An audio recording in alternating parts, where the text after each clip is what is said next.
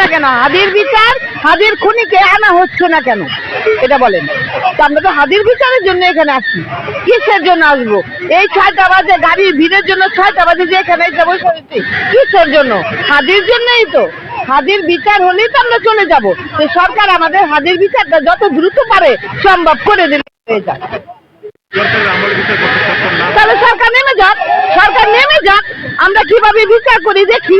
সরকার নেমে গেলেই তো বিচারটা করতে পারবো। এই সরকার কেন বিচার করতে পারবে না? এই সরকারকে তো ছাত্ররাই বসাইছে, তাই না?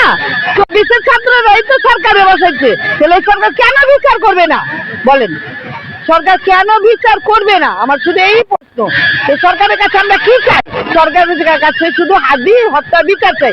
এই হাদি হত্যার যদি বিচার না হয়, একজন একজন করে মারবে ছাত্রদের, আর এভাবে কয়জনের মা বারবার আসবে ছুটে বলেন? আমরা তো মা হয়ে এসেছি হাদির, তাই না? হাদির বিচারটা তো অবশ্যই করা। আজকে হাদির পর আরেকজন, আরেকজনের পরে আরেকজন, এরকম হুমকি দিতে দিতে গেলে সরকার আমাদের কি ভাবতেছে? সরকারকে আমরা কি দেশ স্বাধীন করি নাই? আমরা 24-এ এখানেই ছিলাম। আমরা এই ছেলেদের পাশে আমরা ছিলাম, আমরা ছিলাম, এখনো আছি আর থাকবো।